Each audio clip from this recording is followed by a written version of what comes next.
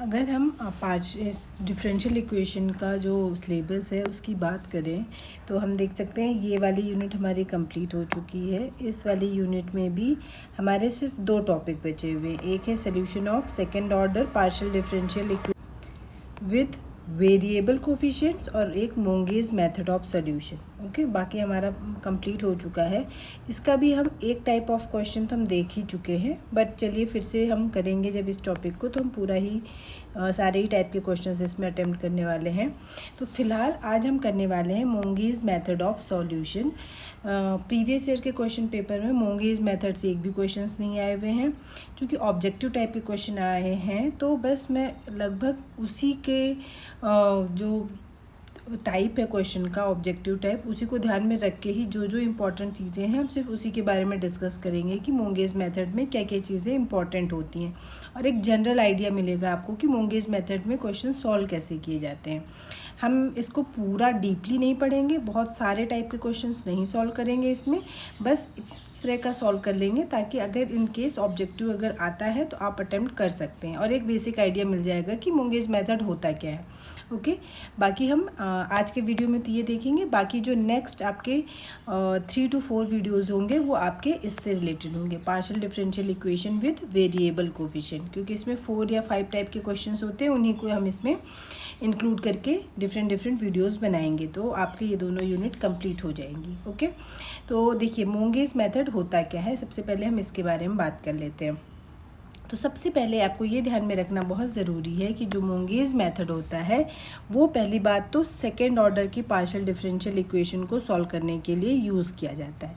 Second order में हमेशा क्या आता है, आर एस टी और पी क्यू फर्स्ट टाइप के डिफरेंशिएशन होते हैं। ठीक है, तो इसका मतलब एक ऐसी इक्वेशन जिसमें X Y Z P Q R S T ये सब हो, उसको हम किससे सॉल्व कर सकते हैं, मोंगेज मेथड से हम सॉल्व कर सकते हैं। तो पहला ही आपका ऑब्जेक्टिव क्वेश्चन यहाँ से अटेम्प्ट हो गया कि अगर आपसे पूछा जाए कि मोंगेज मेथड कितने ऑर्डर की पार्शियल डिफरेंशियल इक्वेशन को सॉल्व करने के लिए यूज़ किया जा सकता है, तो आप देख सकते हैं सेकेंड ऑर्डर। क्यों? क्योंकि इसमें आर एस टी यूज़ हुआ है, तो आप सेकेंड ऑर्डर की डिफरेंशियल इक्वेशन को इससे सॉल्व कर सकते हैं। और किस टाइप की, किसी भी टाइप की, with constant coefficient, with variable coefficient, यहाँ पे ऐसा कुछ भी स्पेसिफिक आपने डिफाइन नहीं किया हुआ है, तो यहाँ पे कांस्टेंट और वेरिएबल दोनों ही टाइप के कोफिशिएंट को लेके इसमें सॉल्व किया जा सकता है। ठीक है, अब सेकंड चीज़ जो इम्पॉर्टेंट है, पहली बात तो आपका क्या इम्पॉर्टेंट था, ऑर्डर। मोंगेज मेथड कितने ऑर्डर की डिफरेंशियल इक्वेशन के लिए हेल्प करता है, 2 ऑर्डर की पार्शियल डिफरेंशियल इक्वेशन के लिए हेल्प करता है। अब अगर मैं इसको थोड़ा सा स्पेसिफिक लिखूँ, ये जनरल इस टाइप का ना लिख के, अगर आपकी कोई इक्वेशन इस टाइप की है, देखिए स्मॉल आर तो आपको पता ही है, स्मॉल आर होता है डेल टू जेड अपॉन में डेल एक्स स्क्वायर, एस होता है डेल टू जेड अपॉन में डेल एक्स डेल वाई, और टी होता है आपका डेल टू जेड अपॉन में डेल वाई स्क्वायर। तो अगर आपकी इक्वेशन इस टाइप की है, capital R R plus capital S S plus T T is equal to V, जहाँ पे जो r है वो r भी आपका किसका फंक्शन होगा, x y z p और q का फंक्शन हो सकता है, s भी x y z p q का फंक्शन हो सकता है, t भी x y z p q का फंक्शन हो सकता है, और v भी x y z और p और q के फंक्शन हो सकते हैं। ठीक है, तो कुल मिला के आपका x y z p q सभी इंक्लूड हो रहा है इस क्वेश्चन में। तो ये आपकी जनरल फॉर्म हो गई। ठीक है, अगर कोई भी इक्वेशन इस फॉर्म की है तो सबसे पहले आपको जो चीज़ याद रखने की ज़रूरत है वो उसे हम कहते हैं Monge's subsidiary equation. Monge's subsidiary equation, हो सकता है आपको डायरेक्ट ये पूछ ले कि सब्सिडियरी इक्वेशन मोंगेज की क्या होती हैं, या फिर किसी पार्शियल डिफरेंशियल इक्वेशन के लिए आप सब्सिडियरी इक्वेशन निकालिए। ठीक है, तो मोंगेज सब्सिडियरी इक्वेशन जो होती हैं वो 2 होती हैं। ओके, जो पहली सब्सिडियरी इक्वेशन होती है वो होती है R D P D Y plus T D Q D X plus minus V D X D Y is equal to 0। तो ये हो गई आपके पास पहली, और मैं सेकंड भी लिख देती हूँ, R D Y whole square minus S D X D Y plus का टी डी एक्स का whole square is equal to 0। तो आप देख रहे हैं इसमें दो आपकी निकल के आई हैं सब्सिडियरी इक्वेशन। पहली निकल के आई है ये वाली और दूसरी निकल के आई है ये वाली सब्सिडियरी इक्वेशन। बाकी आपको पता है ये तो चेंज होंगे नहीं, D P D Y D Q D X D Y, बस आपका आर टी वी जो भी क्वेश्चन में दिया होगा आप कंपेयर करके आप निकाल सकते हैं। तो पहली सब्सिडियरी इक्वेशन ये हो गई, दूसरी सब्सिडियरी इक्वेशन ये हो गई, ठीक है। अब इसके बाद आगे का प्रोसेस थोड़ा सा समझ लेते हैं। बस आपको क्या करना होता है, ये जो इक्वेशन दिख रही है अगर आप थोड़ी देर के लिए सोचें कि डी वाई को मान लीजिए मैं किसी भी रैंडम नंबर एल से मान लीजिए रिप्लेस कर लूँ, तो ये क्या बनेगा आर एल स्क्वायर माइनस यहाँ पे कुछ एस डैश एल प्लस का यहाँ पे कुछ T dash is equal to 0। आप देख सकते हैं ये एल अगर वेरिएबल की तरह कंसीडर करें तो ये एल में एक क्वाड्रेटिक इक्वेशन बन गई, ठीक है।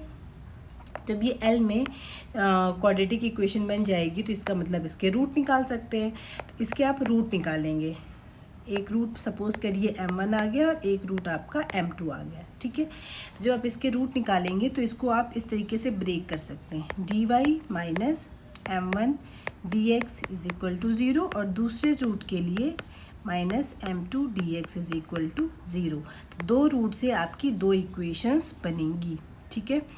अब जब दो इक्वेशंस बनेंगी उसके बाद क्या करना है आपको, ये इक्वेशन के अकॉर्डिंग ही आपका आगे का मेथड फिक्स होगा। यानी कि ये दोनों रूट अगर अलग अलग हैं यानी कि बराबर नहीं है और या फिर दोनों ही रूट आपके बराबर होंगे, उसके अकॉर्डिंग आप आगे का प्रोसेस जो है सोल्यूशन का वो हम फिक्स करते हैं, ठीक है।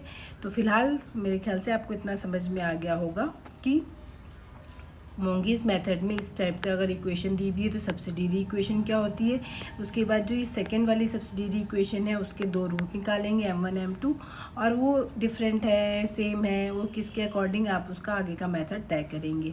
अब रही बात इंटरमीडिएट इंटीग्रल क्या होता है, तो इंटरमीडिएट इंटीग्रल वो ऐसे फंक्शन होते हैं जो आपको ये जो दोनों इक्वेशन है जो इनको सेटिस्फाई करेंगी उन्हें ही इंटरमीडिएट इंटीग्रल कहते हैं, ठीक है। बेसिकली इंटरमीडिएट इंटीग्रल होता क्या है, जैसे इंटीग्रल का मतलब होता है डिफरेंशिएशन, मतलब इंटीग्रेशन से समझ में आ रहा होगा कि इंटीग्रल का मतलब ये होता है, ठीक है। तो जनरली क्या होता है, मान लीजिए ये इक्वेशन है और आपके पास एक इंटीग्रल क्या निकला 5v करके, ठीक है। तो जब आप इसमें आप देख सकते हैं ना सोल्यूशन दो तरीके से दिया जाता है, या तो आर्बिट्रेरी कांस्टेंट यूज़ हो रहे हो in case of partial differential equation, या तो आर्बिट्रेरी कांस्टेंट यूज़ होता है सोल्यूशन में, आर्बिट्रेरी फंक्शन यूज़ होता है। तो जब आर्बिट्रेरी फंक्शन या कांस्टेंट जो भी हो अगर आप उसे एलिमिनेट करते हैं तब आपको उसकी पार्शियल डिफरेंशियल इक्वेशन मिल जाती है। तो इसको हम क्या कहते हैं, इंटरमीडिएट इंटीग्रल। तो उसी तरीके से यहाँ पे भी यही चीज़ है कि ये डिफरेंशियल इक्वेशंस जो हैं ये दोनों, इनको जो सेटिस्फाई करने वाली इक्वेशंस होंगी उन्हें हम कहते हैं इंटरमीडिएट इंटीग्रल, ठीक है। इंटरमीडिएट इंटीग्रल कहा जाता है। तो आई होप आपको इतनी चीज़ें क्लियर हो गई होंगी। और फट से हम एक आध क्वेश्चन कर लेते हैं जिसमें हम सब्सिडियरी इक्वेशन निकालना सीख लेंगे और एक क्वेश्चन हम बस पूरा सॉल्व करना सीखेंगे, ठीक है। क्योंकि इसके मेथड अलग अलग केसेस के अलग अलग आते हैं, तो हम पूरा सॉल्व करना हमको वैसे भी हमारे लिए कोई रिलेवेंट नहीं है, तो हम बस एक जनरल आइडिया लेना चाहेंगे। फिलहाल आपके ऑब्जेक्टिव लगभग इसमें से कवर हो जाएंगे, ठीक है। चलिए अगले क्वेश्चन में बढ़ते हैं। मान लीजिए आपको बोला जा रहा है r is equal to A square T, ठीक है। इसको मोंगेज मेथड से सॉल्व करिए या मोंगेज मेथड से इसकी सब्सिडियरी इक्वेशन बताइए। आपको 4 ऑप्शन दे देगा और पूछेगा इसकी सब्सिडियरी इक्वेशन निकालिए। तो अब आप क्या करेंगे, सबसे पहले इसको, फिलहाल हम केवल सब्सिडियरी इक्वेशन निकाल रहे हैं, तो क्या करेंगे r minus A square T is equal to 0। आप कंपेयर करेंगे R R S S T T is equal to V से, तो कंपेयर करेंगे r का कोफिशिएंट कैपिटल R है यानी कि 1, s इज इक्वल टू 0 है और t is equal to minus A square है और v इज इक्वल टू यहाँ पे कितना है 0 है। तो अब सब्सिडियरी इक्वेशन क्या होती है, पहली इक्वेशन क्या होती है, आप अगर बार बार फार्मूला लिखेंगे तो आपको अपने आप ही याद हो जाएगा, r D P D Y plus T D Q D X minus V D X D Y is equal to 0। और जो सेकेंड होती है वो होती है r डी वाई का whole square minus s D X D Y plus का t dx का whole square is equal to 0। और इवन एग्ज़ाम में तो ऑब्जेक्टिव में हो सकता है यही पूछ ले कि इसकी सही सब्सिडियरी इक्वेशन क्या होगी, ठीक है। जैसे यहाँ पे डी क्यू की जगह डी पी लिख दिया, यहाँ पे क्यू लिख दिया, तो आपको ये याद होनी चाहिए ठीक से। तो अब यहाँ पे ये होती है इक्वेशन। अब यहाँ पे वैल्यू रखेंगे, 1 रखेंगे तो क्या बनेगा, ये D P D Y minus A square D Q D X V equal to 0 है, तो ये 0 हो गई। ये बन गई इसकी पहली सब्सिडियरी इक्वेशन। दूसरी के लिए फिर से रखेंगे तो ये बनेगा डी वाई का whole square S equal to 0 है, टी की वैल्यू फिर से रखेंगे तो डी एक्स का whole square is equal to 0। तो इसके करने के बाद ये हो गई इसकी दोनों सब्सिडियरी इक्वेशंस। इसके बाद आपको क्या करना होता है, इसके फ़िलहाल इसका अगर आप जो हमने इसके बाद नेक्स्ट प्रोसेस रहता है, इसके फैक्टर करने होते हैं। तो इसके फैक्टर करेंगे तो देखिए क्या बनेगा, ये तो बहुत आसान है। डी वाई यहाँ पे माइनस ए डी एक्स बनेगा इज इक्वल टू 0, और दूसरा फैक्टर क्या बनेगा, D Y plus A D X is equal to 0। अगर आप कंपेयर करेंगे तो ये A square minus B square equal to 0 वाली फॉर्म बन रही है। तो इसको आप ऐसे लिख सकते हैं, D Y minus A D X into D Y plus का A D X is equal to 0। यानी कि एक फैक्टर ये बन गया, एक फैक्टर ये बन गया। तो जैसे m1 इक्वल टू एक ए आएगा और m2 इज इक्वल टू क्या आएगा, माइनस ए आ जाएगा। तो ये इसके दोनों वैल्यूज़ आ गई हैं, ठीक है। अब जब ये वैल्यूज़ आ चुकी हैं आपकी, तो अब आपको क्या करना है, फ़िलहाल मैं इस क्वेश्चन को यहीं पे हम रोकते हैं। इसको पूरा सॉल्व करना सीखेंगे, कैसे सॉल्व किया जाता है, ठीक है। फ़िलहाल इसको यहीं पे रोकते हैं। तो इस क्वेश्चन के लिए अगर आपको सब्सिडियरी इक्वेशन पूछेगा तो ये हो गए, फैक्टराइज करके पूछेगा तो ये हो गया। और इसमें रूट क्या आ रहे हैं आपके, m1 m2 डिफरेंट आ रहे हैं, एक ए है और एक माइनस ए है, ठीक है। एक क्वेश्चन का और देख लेते हैं कि सब्सिडियरी इक्वेशन कैसे निकालेंगे, बाकी फिर हम इसको सॉल्व करना सीखते रहेंगे। नेक्स्ट है आपका यहाँ पे मान लीजिए R minus T cos square X हो जाएगा प्लस का P ten X is equal to 0 है। अब फिर से आप कंपेयर कर लीजिए, पहले आर एस प्लस का T into T is equal to V, इसे कंपेयर करेंगे तो R is equal to 1, S is equal to मेरे ख्याल से 0, और t इज इक्वल टू आपका है माइनस का कॉस स्क्वायर एक्स, और v इज इक्वल टू अगर आप कंपेयर करेंगे तो ये उधर जाएगा तो माइनस का पी टी टेन एक्स आ जाएगा, ठीक है। तो इस तरीके से आर एस टी और v की वैल्यू मिलके सब्सिडियरी इक्वेशन बनाइए। तो पहला ये होती है, ठीक है, आर टी और v की वैल्यू लगानी होती है। तो पहला आ जाएगा आपके पास D P D Y plus यहाँ पे आता है T D Q D X, तो टी यानी कि cos square x D Q D x हो जाता है। फिर आपका अगला आता है माइनस का V D X D Y, तो वी की वैल्यू है यहाँ पे P ten X D P D Y, यहाँ पे डी एक्स डी वाई हो जाएगा। तो ये D X D Y is equal to 0, ये पहली सब्सिडियरी इक्वेशन हो गई। और सेकेंड में होता है आर डी वाई का whole square minus S D X D Y, तो एस की वैल्यू 0 है। नेक्स्ट प्लस का टी डी एक्स स्क्वायर, तो टी की वैल्यू आपको पता है cos square X into D X का whole square is equal to 0। तो बस ये इसकी सब्सिडियरी इक्वेशन हो गई। अगर आपको इसका फैक्टर भी निकालना है तो ये हो जाएगा डी वाई माइनस का कॉस एक्स डी एक्स, एक फैक्टर हो जाएगा, दूसरा फैक्टर हो जाएगा प्लस का cos X D X is equal to 0। तो m1 की वैल्यू माइनस कॉस एक्स और प्लस कॉस एक्स आ जाएगी। तो इसमें भी रूट क्या है, डिफरेंट ही है, ठीक है। तो आई होप आपको इतनी चीज़ें क्लियर हो गई होंगी। अब बस हम इससे ज़्यादा नहीं करेंगे, जो ये क्वेश्चन हमने देखा था बस इसको केवल हम पूरा सॉल्व करना सीख लेंगे, ठीक है, कि अब इसके बाद किया क्या जाता है। तो देखिए इसके बाद करने के लिए सबसे पहले जब आपने ये चीज़ लिख दी, अब इनको सॉल्व कर लीजिए। तो इसको जब आप सॉल्व करेंगे तो इसको सॉल्व करके क्या बनेगा आपका, इसको अगर आप सॉल्व करते हैं तो ये क्या, देखिए इनमें से किसी एक को भी सॉल्व कर लीजिए, बाकी सिमेट्री यूज़ कर लीजिए, क्योंकि एक ए है एक माइनस ए है, तो ये सिमेट्री आराम से आप यूज़ कर सकते हैं। तो पहले वाले को अगर आप सॉल्व करते हैं तो क्या बनेगा वाई, ठीक है, मतलब सिंपल ऐसा है D Y is equal to A D X है। तो इंटीग्रेट कर लीजिए तो वाई इज इक्वल टू कितना बनेगा ए एक्स प्लस का सी वन, तो यानी कि वाई माइनस का A X is equal to कितना बन जाएगा सी वन। यहाँ से ये बनेगा, अगर आप इसको सॉल्व करते हैं तो इससे y प्लस का A X is equal to C2 बन जाएगा, ठीक है। तो फिलहाल सिर्फ एक की बात करते हैं। अब आप क्या करेंगे, जब ये इक्वेशन आपको मिल गई है तो इसकी हेल्प से जो आपकी इसके करस्पॉन्डिंग, अब देखिए इस वाली इक्वेशन का आपका काम ख़त्म हो चुका है। इससे जो चीज़ें मिली हुई हैं ये हेल्पफुल हैं और ये हेल्पफुल हैं, ठीक है। अब इसका यूज़ करेंगे तो देखिए आपको क्या चीज़ मिल गई है। पहली इक्वेशन जो बन रही थी D P D Y minus A square D Q D X is equal to 0। इसके करस्पॉन्डिंग में जो आपको एक इक्वेशन मिली है वो हम यहाँ पे मेंशन कर लेते हैं। इसके साथ मिला है आपको D Y minus A D X is equal to 0। एक तो ये हो गया, एक अगला हो गया आपके पास D P D Y minus A square D Q D X is equal to 0 के साथ में D Y plus A D X is equal to 0। ठीक है, अब इसके करस्पॉन्डिंग में इंटरमीडिएट इंटीग्रल निकालेंगे। तो देखिए कैसे निकालेंगे। इसमें अगर मैं डी वाई से डिवाइड कर दूं तो यहाँ पे कितना मिलेगा, अगर equal to A D X आ जाएगा पहले तो। ठीक है, इसको ठीक से लिख लेते हैं। D Y is equal to बनेगा ए डी एक्स, अगर वाई से डिवाइड करूँगी तो ए डी एक्स अपॉन में कितना बनेगा डी वाई।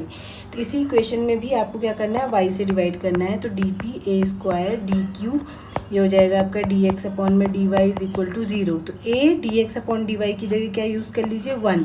तो सिंपल क्या बचेगा, डी पी माइनस ए और डी क्यू इतना बचेगा is equal to 0।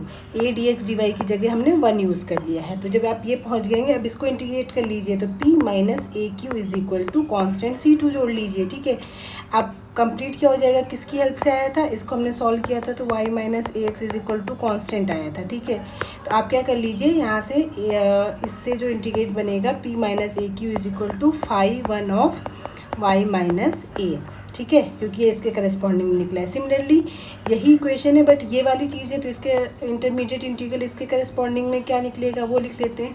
p plus A Q is equal to 5 plus A X, क्योंकि ए की जगह आपको सिंपल माइनस ए यूज़ करना है। तो ये हो गए दो इंटरमीडिएट इंटीग्रल, एक इसके करस्पॉन्डिंग में और एक इसके करस्पॉन्डिंग में। ठीक है, यहाँ तक क्लियर हो गया। अब सिंपल आपको यहाँ से पी और क्यू निकालना है। पी और क्यू कैसे निकालना है आपको, जैसे आप लीनियर इक्वेशन सॉल्व करते हैं, जैसे x plus Y is equal to मान लीजिए 3 है, 3x plus 4y is equal to 6 है।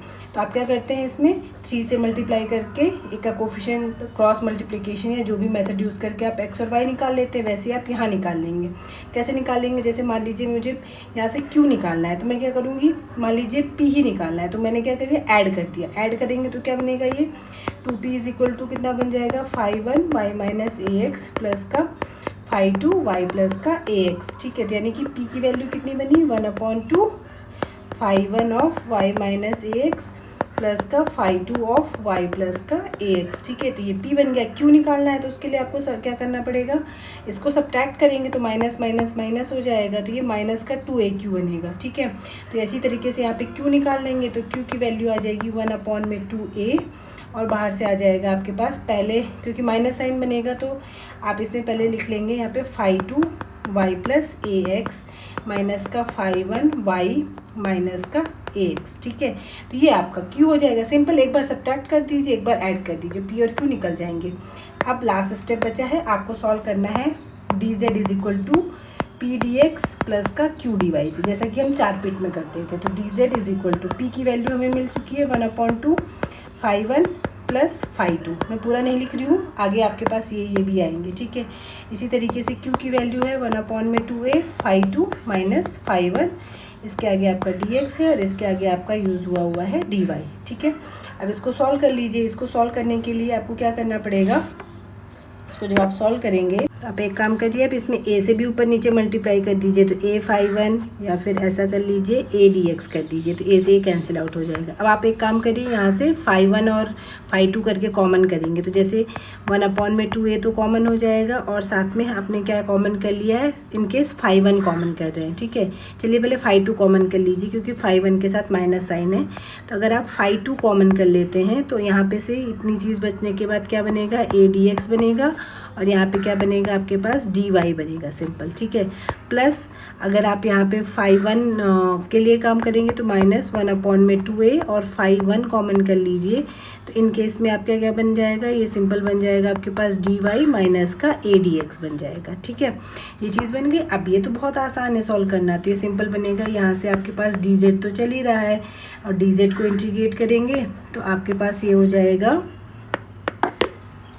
इसको सॉल्व करेंगे तो आप देख रहे हैं यहाँ पे 5 अगर मैं यहाँ पे पूरा लिखूँ तो ये y प्लस ए एक्स है और इसको अगर मैं पूरा लिखती हूँ तो ये 5 के आगे y माइनस ए एक्स है, तो यही चीज़ तो बन रही है। अगर मैं इंटीग्रेट करूँगी तो डी जेड की जगह z हो जाएगा, इसको इंटीग्रेट करेंगे तो क्या बनेगा ए एक्स प्लस वाई, सेम यही चीज़, और यहाँ पे करेंगे तो y minus A x, same यही वाली चीज़। तो कुल मिला के इसमें पूरा जो फंक्शन, बाकी तो कांस्टेंट है ना, तो कुल मिला के फंक्शन बन जाएगा Sai 1 of y plus A x बन जाएगा। और ये दूसरा जो फंक्शन, अब साइन 2 लिखना चाहो तो साइन 2 लिख लीजिए फाई 2 के रेस्पेक्ट में, और फाई 1 के रेस्पेक्ट में साइन 1 लिखना चाहे तो साइन 1 लिख लीजिए। और ये किसका फंक्शन बनेगा y माइनस एक्स, यहाँ पे भी y माइनस ए एक्स हो जाएगा, ठीक है।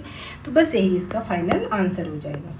तो आई होप आपको ये क्लियर हो गया होगा कि कैसे करना है। सॉल्व करने के लिए एग्ज़ाम में नहीं आएगा, बट जो चीज़ें सब्सिडियरी इक्वेशन और ये हो सकता है ये रूट का कुछ पूछ ले, उतना ही आएगा। बाकी मैंने एक क्वेश्चन सॉल्व करके बता दिया है कि आपको कैसे सॉल्व करना होता है, ठीक है। तो आपका मोंगेज मेथड कंप्लीट हो चुका है।